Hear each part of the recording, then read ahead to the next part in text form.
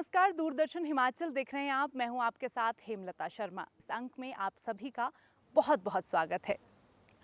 Civil सेवा join करने का सपना बहुत से लोगों का होता है और एक बड़ा सपना ये भी होता है कि लोगों का प्रतिनिधि बना जाए। ऐसा देखा गया है कि कई आईएएस अधिकारियों ने नौकरी छोड़कर राजनीति में कदम रखा है और आज हम आपको ऐसे ही आईएएस ऑफिसर से मिलवाने वाले हैं जिन्होंने हिमाचल प्रदेश के दुर्गम क्षेत्रों में प्रशासनिक अधिकारी के तौर पर अपनी सेवाएं दी और फिर इच्छा अनुसार सेवानिवृत्ति लेकर नौकरशाह से नेता बने। और वो हैं रामपुर से 2 बार के प्रत्याशी भाजपा के पूर्व नेता प्रेम सिंह दरैक। बहुत बहुत स्वागत सर आपका हमारे इस कार्यक्रम में। नमस्कार जी, धन्यवाद आपका। आपके राजनीतिक करियर की शुरुआत किस तरह हुई उसके बारे में हम पहले जानना चाहेंगे। जहाँ मेरी जो बैकग्राउंड है, सोशल इकोनॉमिक बैकग्राउंड, वो गरीबी उसमें ज़्यादा है। रामपुर में वैसे भी गरीब ज़्यादा है। तो जब हम नौकरी में थे तो अपने साथियों को, गरीबों को काम करने का बड़ा जज्बा था और हम काम भी करते थे। रामपुर में तब काम करने की ज़रूरत थी, आज भी काम करने की आवश्यकता है। तो जो आपका राजनीतिक जो सफ़र है वो उसका रास्ता भी समाज ही है। सामाजिक सेवा का आपका जज्बा है तो राजनीति में आसानी से जाया जा सकता है। हम ये मान के चलते थे कि नौकरी में हम बंधे हुए हैं और एक सिस्टम में बंधे हुए, उससे हम बाहर हम नहीं जा सकते। एक लिमिटेशन में हम लोग हैं। शायद हम कुछ बाहर जाएंगे, राजनीति में जाएंगे तो खुला करने को मिलेगा। वो एक आपका ड्राइविंग फोर्स थी और मेजर ये थी कि अपने लोगों का, गरीबों का, जो गरीब गुरबा है रामपुर से ख़ास तौर पे या पूरे स्टेट में है, उनका कुछ किया जाए, उनके बारे में सोचा जाए। यही राजनीति में आने का मुख्य कारण था। सर, सेवा तो आप प्रशासनिक अधिकारी के तौर पर भी कर रहे थे। सर, एक प्रेरणा हमें कहीं ना कहीं से ज़रूर मिलती है कि इस प्रेरणा को लेकर के हम इस क्षेत्र में आगे जाना चाहते हैं। तो मैं ये जानना चाहती हूँ कि वो प्रेरणा आपके लिए क्या रही जिसने आपको राजनीति में जाने के लिए प्रेरित किया। जो सच्ची बात बोलूँ तो मेरे जो प्रेरणा हैं तब भी थे, आज भी हैं, प्रेम कुमार धूमल जी रहे। उनके साथ मेरा संबंध 80 से रहा और उनका व्यक्तित्व, जिस तरह से वो लोगों के बारे में सोचते थे, गरीबों के बारे में सोचते थे, राजनीति जिस तरह से उन्होंने की, तो उन्होंने ही मुझे राजनीति में लाया। और आज भी मैं उनसे प्रेरित हूँ। वो गरीबों को काम करते थे, हम भी गरीबों को ही काम करना चाहते हैं। सर, नौकरशाह से राजनेता तक का सफ़र आपने तय किया है, तो इस वक्त आपके कई सारे किस्से रहे होंगे, कहानियाँ रही होंगी और जिससे आपके नज़रिए में भी बदलाव आया होगा। जब आप एक आईएएस ऑफिसर थे उस वक्त राजनेता के प्रति क्या नज़रिया आप रखते थे और अब आज जब आप खुद एक राजनेता हैं तो आपका क्या नज़रिया है एक राजनेता के प्रति या किसी नेता के प्रति, ये हम आपसे जानना ये बड़ा महत्वपूर्ण सवाल है, बड़ा इंटरेस्टिंग भी है। जब हम दूर से देखते हैं तो लगता है कि वो गलत है, हम जज करते हैं कि नहीं उटपटांग लोग हैं ये लोग। लेकिन जब एक्चुअली उनके बीच करने का मौका मिलता है, काम करने का, उनको नज़दीक से देखने का मौका मिलता है, तो राजनेता जो है उनके भी अपनी लिमिटेशन है, उनकी भी अपनी बैकग्राउंड है। वो भी लोग जो है लोगों के बीच से चुन के आए हैं, आते हैं, तभी आते हैं जब उनको लोग चाहते हैं। तो उनका एक राजनीतिक का समाज में उनकी लिमिटेशन है, इलेक्टोरेट लिमिटेशन है, पॉलिटिकल पार्टीज लिमिटेशन, उन लिमिटेशन का वो भी काम करते हैं। और मुझे लगता है कि उनकी तरफ भी सहानुभूति होनी चाहिए हमारी। जिस माहौल में वो काम करते हैं, जिस कंस्टेंट में वो काम करते हैं, तो उसमें वो भी अपने हिसाब से बिल्कुल ठीक है। उस वक्त हम सोचते थे कि ठीक नहीं है, लेकिन राजनेता या नेता जो एमएलए, जो नेता, जो मतलब एमएलए भी नहीं है, जो इस फील्ड में है, वो मुझे लगता है कि सब ठीक है। उनमें भी समाज सेवा की भावना है, देश सेवा की भावना है। अब कितना कर पाते हैं, कितना नहीं कर पाते हैं, लेकिन हमारा परसेप्शन, मेरा परसेप्शन जब उनके बीच काम किया तो टोटली बदल गया और उनके प्रति भी प्रेम भाव, सहानुभूति हमारी आ गई। 2 बार आपने रामपुर विधानसभा क्षेत्र से चुनाव लड़ा भाजपा के प्रत्याशी के तौर पर, और इस बीच हमने देखा कि अगर बात रामपुर विधानसभा क्षेत्र की जाए तो कहीं ना कहीं रामपुर को कांग्रेस का गढ़ माना जाता है, वीरभद्र का गृह क्षेत्र है। तो ऐसे में उस आंकड़े को आपने बहुत कम कर दिया जो लंबे समय से चला आ रहा था। करीब 1971 की अगर हम बात करें तो 1971 से जो है कांग्रेस लगातार जो है रामपुर विधानसभा क्षेत्र पर अपनी जीत दर्ज करती आ रही है। तो ऐसे में जब आप चुनावी मैदान में उतरे, आंकड़ा आपने बहुत कम किया, लेकिन जो सफलता है वो आपको नहीं मिली। क्या कारण इसके पीछे मानते हैं? मैं तो पहले आंकड़े की बात करता हूँ जी। रामपुर में कई फैक्टर हैं जी। एक तो वहाँ आपके जो दरबार है जी, जो वहाँ राजाशाही है जी, वो काफ़ी लंबे समय से उन्होंने वहाँ पे अपना रूल किया। और जब से वीरभद्र सिंह जी मुख्यमंत्री बने, उनका रवैया लोगों के प्रति अच्छा रहा, उन्होंने बड़ी सेवा की। और बड़ी बात शायद नौजवानों को पता नहीं होगी कि रामपुर का जो सारी ज़मीन जायदाद है, फॉरेस्ट है, किसी समय में वो राजमाता की जायदाद थी, मलकियत की स्थिति राजमाता की, राजा की। तो जो आम लोग थे उसमें टेनेंट थे। टेनेंट का मतलब सिर्फ कमाने वाले, कब्जा उनका था, कमाने वाले। तो 72 में कानून बदला, टेनेंट जो है मालिक बने, और वो ट्रांसफ़र बड़ी आसानी से हुआ। तो लोग ये सोचते थे कि जो आज भी हम जो है राज दरबार का नमक पानी खा रहे हैं, एक फैक्टर तो ये रहा। और बड़ी बात मैं आपको बताऊं कि आज तक रामपुर में बीजेपी का कैंडिडेट जीता ही नहीं। नींजू राम जी थे, वो जनता पार्टी अरेस्ट वाइल आपका 77 में जब आपका एंटी इमरजेंसी जब वेव बनी, नींजू राम जी जीते, लेकिन बीजेपी का आज तक रामपुर से जीते ही नहीं। और मार्जिन क्या रहता था, मतलब जमानतें जब्त होती थी। तो उस हिसाब से मेरा बैकग्राउंड क्या रहा, मैं जैसे पहले आपको कहा, जब मैं नौकरी में था मैं पूरी कोशिश करता था कि जो गरीब आदमी है या मेरे जो भी है वहाँ के रामपुर के लोग हैं, गरीब है चाहे जैसे भी हैं, उनका काम मैं करता था। इक्के दुक्के अधिकारी होते थे तो उन दिनों काम करने के लिए आसानी थी, अच्छा वक्त था। जो भी काम बोलते थे, लाइसेंसिंग हो गई, छुटपुट नौकरी हो गई, इधर हो गया उधर हो गया, तो काम करना आसान था और हम करते थे। तो उसलिए मेरी पहचान जो है लोगों के बीच एक अच्छे कार्यकर्ता के रूप में थी। तो इसीलिए मार्जिन बड़ा कम रहा, लोगों ने मुझे बड़ा प्यार दिया। वो तो मैं जीते गया होता, लेकिन कई फैक्टर जो है, अब राजनीति में कई बातें होती है, तो कई फैक्टर काम हुए, लेकिन हमने मार्जिन बड़ा कम किया, लोगों ने प्यार दिया। वो मेरा जो पॉलिटिकल, वो जो मेरा सामाजिक बैकग्राउंड थी, आपका ब्यूरोक्रेटिक बैकग्राउंड थी, जो मैंने काम किया, लोगों ने उसके बदले मुझे प्यार दिया। बिल्कुल। और हमारे दर्शकों को भी बताना चाहूँगी कि जब दरेक साहब ने पहली बार चुनाव लड़ा तो करीब 8000 का आंकड़ा था जो प्रत्याशी थे सामने वाले उनके प्रति, और दूसरी बार जब चुनाव लड़ा तो ये आंकड़ा और ज़्यादा कम हो गया और 2000 का आंकड़ा रह गया था। अभी हम वर्तमान स्थिति की अगर हम बात करें दरेक साहब, तो रामपुर विधानसभा क्षेत्र के लोगों को अपने प्रतिनिधि से किस चीज़ की दरकार है, क्या चाहते हैं रामपुर विधानसभा क्षेत्र के लोग?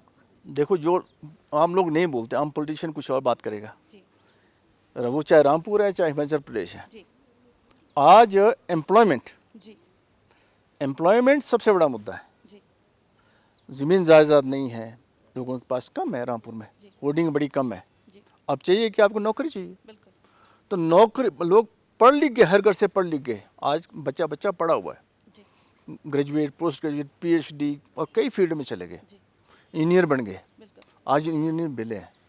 तो सबसे बड़ा मुद्दा अगर कोई है तो वो है रोजगार का। हालांकि रामपुर में इतने प्रोजेक्ट्स आए, मैं तो वो भी जाखड़ी प्रोजेक्ट आया, रामपुर प्रोजेक्ट आया, लूरी प्रोजेक्ट आया, इनसे आशाएं थी, लगने तो चाहिए थे, लेकिन कहाँ नालायकी हुई, ये भी एक चर्चा का विषय है। नालायकी तो है, चाहे राजनीतिक स्तर पर हुई, चाहे पॉलिटिकल लेवल पर हुई, चाहे ब्यूरोक्रेटिक लेवल पर हुई। तो सबसे बड़ा मुद्दा, एक मुद्दा तो है आपका क्या ये मुद्दा और ये शिकायत क्या वहाँ के स्थानीय लोगों में भी नजर आती है? मैं अब उनके बीच से निकला हुआ हूँ, मैंने भी एक किस्म की नुमाइंदगी करी है, तो इसलिए मुझे फर्स्ट हैंड इन्फॉर्मेशन है। ये सबसे बड़ा मुद्दा है, रोजगार का, रोजगार कैसे हो और परिवार कैसे पाले जाएं, वो सबसे बड़ा मुद्दा है। दूसरा मुद्दा आपका हॉर्टिकल्चर का है। हॉर्टिकल्चर में भी अब थोड़ा सा हालांकि गवर्नमेंट ध्यान दे रही है, लेकिन ज़्यादा ध्यान देना ज़रूरी है, वो भी बड़ा मुद्दा है। एग्रीकल्चर का है, सड़कों का है, फिर अलाइड मुद्दे बहुत हैं। लोकसभा का चुनाव आ रहा है, लोकतंत्र का महापर्व इसे हम कह सकते हैं, तो ऐसे में लोकसभा के चुनावों को लेकर के किस तरह की तैयारियां हैं? लोकसभा का चुनाव जो है आपका एक बड़ा पर्व है जी बिल्कुल। और इसमें जो मैनेजमेंट होता है वो होता है मैक्रो लेवल पे, जी छोटे लेवल बड़े लेवल का होता है। तो आमतौर पे इसमें जो वोटर्स है वो थोड़ा सा जो आपकी असेंबली इलेक्शंस हैं उससे उसका थोड़ा सा उदासीनता दिखाते हैं। तो उतना हलचल अभी नहीं है, लेकिन तैयारियां तो हैं। तैयारियां ये है कि आप बिसात किस कोई रूठे हुए किसको मनाएंगे, उनको मनाना पड़ेगा, और कौन कहाँ काम आएगा वो करना पड़ेगा। बूथों में बूथ पूरे हो गए, वहाँ पे आदमी हैं आपके, क्योंकि जो इलेक्शन जीते जाते हैं बूथ में जीते जाते हैं। बूथ में आपके यूथ हैं, सब लोग हैं, वो भी देखना पड़ेगा। वो तैयारियां करने के बाद उसके बाद कन्वेंसिंग मुद्दे क्या है, असली चीज़ होते हैं मुद्दे, हम क्या क्या हमको अपना एजेंडा देना पड़ेगा, हम करना क्या चाहते हैं। तो एजेंडा वो देना चाहेंगे जो थोड़ा सा लोग चाहते हैं। ये सारी बातें अभी वर्कआउट हो रही है। हिमाचल प्रदेश की राजनीति में पिछले कुछ समय से बहुत कुछ घटित हो रहा है। राज्यसभा का एक सीट को लेकर के चुनाव हुआ और उसके बाद प्रदेश की राजनीति में बहुत सारी उठापटक उथल पथल चल रही है। तो ऐसे में वर्तमान राजनीतिक परिदृश्य पर आपका क्या कहना है? अब ये तो एक तो दुर्भाग्यपूर्ण भी है, दूसरा मैं हार्श शब्द बोल रहा हूँ, अनैतिक भी है। जब इलेक्टोरेट ने आपको एक किसी पॉलिटिकल पार्टी को वहाँ से टिकट दे के आपको चुना हुआ है, आपकी नैतिक जिम्मेदारी है किसी की भी कि वहीं खड़ा रहे हो। आपको इलेक्टोरेट ने आपको जिम्मेदारी दी है कि अपने यहाँ से ये इसी पार्टी से करना वो करना है। तो जो इधर उधर जाने का मसला है ये बड़ा अनफॉर्चुनेट है और ये बड़ा ख़तरनाक ट्रेंड आ गया है। ये ट्रेंड ठीक नहीं है। अब कई तरह के एलिगेशन में उसमें तो नहीं जाऊँगा, लेकिन जो चुन के नुमाइंदे आए हैं वो भी उनमें भी नैतिकता होनी चाहिए। और जहाँ इलेक्टोरेट ने भेजा है, आपका जो असली बॉस है, असली जो आपका मालिक है वो है इलेक्टोरेट, आम जनता। जो आम जनता ने जहाँ जिसको भेजा है उसको 5 साल तक वहाँ काम करना चाहिए। तो ये जो आपका माहौल आ रहा है, पता नहीं अब कहाँ ख़त्म होगा, लेकिन ये बड़ा ख़राब माहौल है और इसमें स्तर गिरेगा और लोगों का विश्वास राजनेता और राजनीति में कम हो जाएगा। बात करेंगे साल 2022 की, जब जो एक नाम सामने आया कौल नेगी का भाजपा प्रत्याशी के तौर पर, जिसका आपने खूब विरोध किया, उस मामले को लेकर हम आपकी ज़ुबानी जानना चाहेंगे। क्या वो किस्सा था, क्यों आपने उस चीज़ का विरोध किया, इन तमाम बातों के बारे में? मेरा विरोध किसी व्यक्ति से नहीं था, ना आज है। मसला यह था कि जयराम जी मुख्यमंत्री बने। जब मुख्यमंत्री बनते हैं तो पूरे प्रदेश का मुख्यमंत्री बनते हैं। वो किसी एक सेक्ट का नहीं है, एक समाज का नहीं है, एक ज़िले का नहीं है, पूरे प्रदेश को काम करना होता है। तो जयराम जी ने रामपुर को काम नहीं किया, अनदेखी की। मेरा उनसे झगड़ा ये था कि आप रामपुर की अनदेखी कर रहे हैं। वो बाकी मतलब वो लोगों के लिए था, क्योंकि मेरी नैतिक जिम्मेदारी थी। लोगों ने मुझे, बेशक मैं हारा, लेकिन थोड़े मारी बहुत लोगों ने मुझे वोट भी दिए, इसलिए जयराम से झगड़ा था। उस झगड़े में जयराम जी ने कहा दी हम आपको बाहर कर लेते हैं और दूसरे आदमियों को ले आते हैं, उसमें भी कोई दिक्कत नहीं है। हमने किसी ने, अब जब आपको 2 बार टिकट मिल गया, आशा हम अब ये सोचते हैं कि अगली बार नहीं मिलेगा, लेकिन उसमें मसला संविधान का था। संवैधानिक इशू खड़ा हो गया था। अब एक ट्राइबल को आप कास्ट के से लड़ा रहे हैं। संविधान में एक बोलते हैं प्रोपोर्शनल रिप्रेजेंटेशन। प्रोपोर्शनल का मतलब है आबादी के प्रोपोर्शन में रिप्रेजेंटेशन मिलना था। उसमें हिमाचल प्रदेश में शेड्यूल्ड कास्ट की 17 सीटें, ट्राइब की कितनी है? 3। तो वो 17 से 16 नहीं हो सकती और ट्राइब की 3 से 2 नहीं हो सकती। जो कौल नेगी को टिकट दिया वो संविधान का मसला था, इसलिए था कि आप शेड्यूल्ड कास्ट की सीटें 17 से 16 कर रहे हैं, तो वो संविधान का मसला था। प्लस हम, क्योंकि जयराम जी ने रामपुर को काम नहीं किया, हम नहीं चाहते थे कि दोबारा जयराम जी आए। स्पष्ट बात ये थी। जो आदमी किसी इलाके से भेदभाव करे और किसी इलाके को प्रमोट करे बतौर मुख्यमंत्री, ऐसा मुख्यमंत्री को कभी नहीं करना चाहिए। इसलिए वो भी एक बड़ा विरोध था जी, इसीलिए आपने उस चीज़ का विरोध किया और आगे जो खुल के हुआ किया, जी। खुल के किया। सर ये तो रही पुरानी बातें, लेकिन आगे की बात की जाए तो आगे की आपकी तरफ से क्या रणनीति है? चुनावी मैदान में किस तरह से अपने आप को देखते हैं? अभी तो राजनीति तो कर रहे हैं, लेकिन अभी जो एमपी के इलेक्शंस हैं उसमें चुप तो नहीं बैठेंगे, उसमें काम भी करेंगे। 27 अब उसके बाद 27 आती है नहीं आती है, जब भी नेक्स्ट इलेक्शन होंगे उसमें हम कोशिश करेंगे, लड़ेंगे। क्यों नहीं लड़ेंगे? राजनीति में आएंगे तो लड़ने के लिए आए, लोगों की सेवा के लिए आएंगे। कहाँ से लड़ेगा वक्त बताएगा। बिल्कुल बिल्कुल सर। तो ये तो रही राजनीति की बातें। अब थोड़ा सा और पीछे चलेंगे, आपके कार्यकाल की बात करेंगे। बतौर प्रशासनिक अधिकारी जो कुछ आपने काम किया है, आप दुर्गम क्षेत्रों में बहुत ज़्यादा रहे, कई सारे किस्से कहानी आपसे जुड़े होंगे और एक किस्सा हमारी रिसर्च में भी निकल कर के आया है कि आपको एक एम्बेसी के द्वारा सराहना पत्र दिया गया है। वो क्या मामला था, क्या ऐसा काम किया गया था, इसके बारे में आप हमें बताएं। एक मैंने बताया कि मेरे को समाज सेवा का दर्द है और लोगों का दर्द है, तो मैं आम ब्यूरोक्रेट की तरह नहीं था कि भाई लीक में काम करें। मैं लीक से हट के काम करता था बतौर ब्यूरोक्रेट। तो जब जो जिलाधीश होता है किन्नौर का, एक तो उसको बोलते हैं सिंगल लाइन एडमिनिस्ट्रेशन का हेड होता है, तो एक किस्म का सरकार होती है वो जिले की, आपके ट्राइबल एरिया में, उसके ऊपर सारी जिम्मेदारी है। बदी भी उसके सिर पे, नेकी भी उसके सिर पे है। तो ये 2009-10 की बात है, सितंबर में। तो सितंबर का महीना था, 18-19 सितंबर, मुझे आज भी याद है। तो बहुत ज़ोर की बारिशें हुई। सितंबर के महीने में टूरिस्ट सीज़न होता है किन्नौर का। सांगला वैली में विदेशी भी बहुत आते हैं और वेस्ट बंगाल से लोग आते हैं, गुजरात से आते हैं। तो उस भारी वर्षा में सांगला से पहले कुप्पा नाम की जगह है, कुप्पा से अंदर को वंगतू की तरफ को कोई आपकी 200 मीटर की सड़क बिल्कुल ख़त्म हो गई। उसमें 50-100 विदेशी पर्यटक ट्रैप हो गए और काफ़ी लोकल जो आपके देश के पर्यटक वो भी ट्रैप हो गए। तो जब सबने असेसमेंट लगाई तो ये हिसाब लगा रहे थे कि ये हफ्ते का काम हो गया।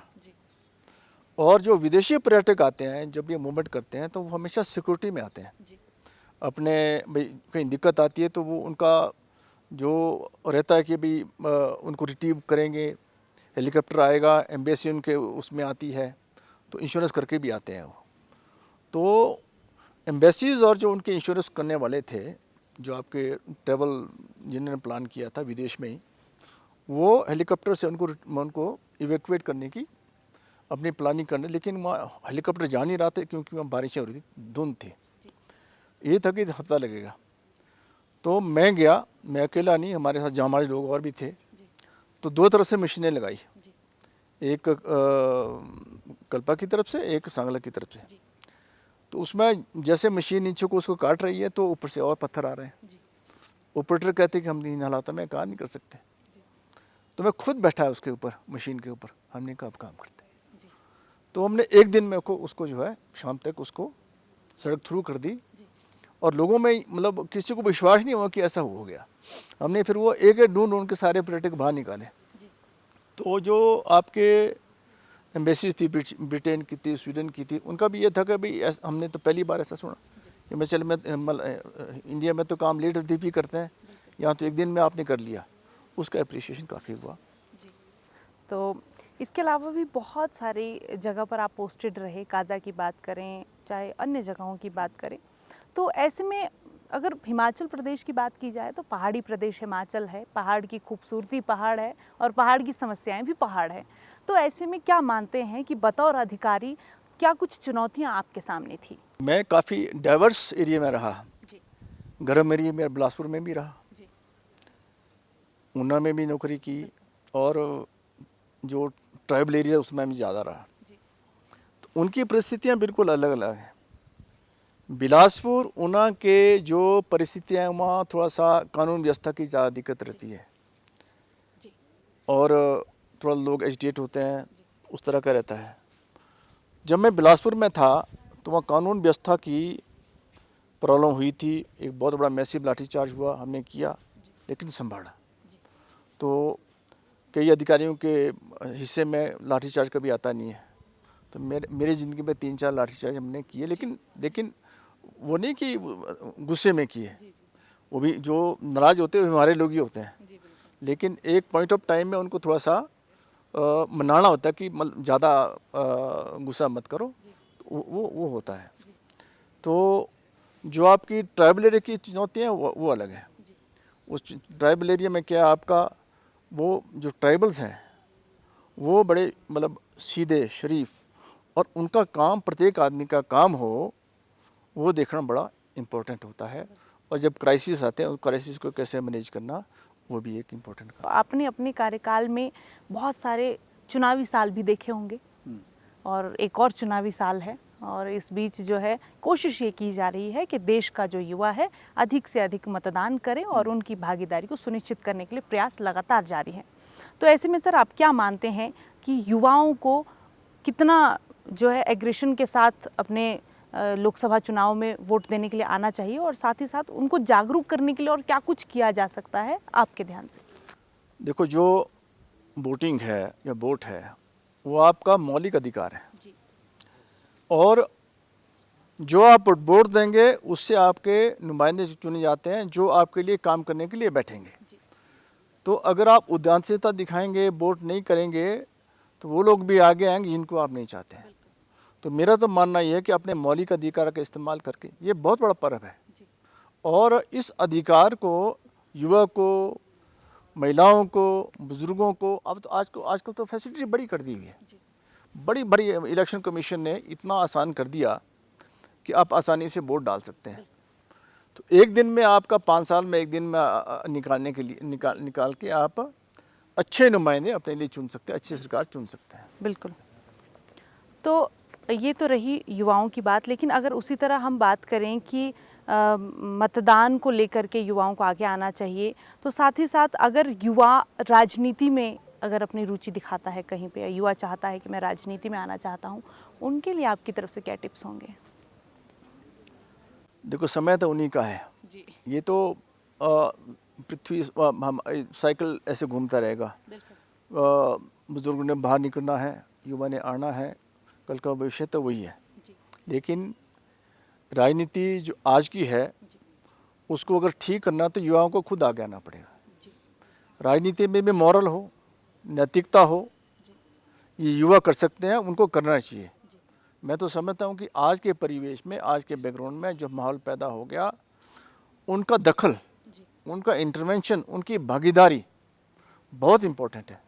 क्योंकि युवा में मतलब कम से कम मॉरल होते ही हैं, आइडियल होते हैं, दिमाग मतलब वो चीज़ों को ठीक करना चाहते हैं। तो मैं तो युवा से कहूँगा कि आप आगे आइए, ये आपका अपना भी और समाज का भी जो है इसमें कल्याण इसी में है। बिल्कुल। और युवा कहीं ना कहीं जो है रुचि दिखाते भी नज़र आते हैं। तो जिस तरह दरेक साहब ने कहा कि जिस तरह युवाओं का दखल राजनीति में ज़रूरी है, उसी तरह इस लोकतंत्र के महापर्व में आपका मतदान भी बेहद ज़रूरी है। आपने अभी कुछ देर पहले जिक्र किया अपने जो प्रेरणा स्रोत हैं उनका, कि प्रेम कुमार धूमल जी आपके प्रेरणा स्रोत रहे हैं। तो ऐसे ही बहुत सारे हमारे हिमाचल प्रदेश के नेता हैं।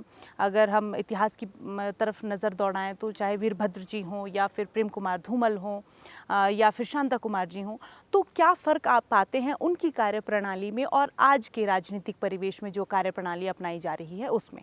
मैं शुरू करता हूँ डॉक्टर वाई.एस. परमार से। बिल्कुल।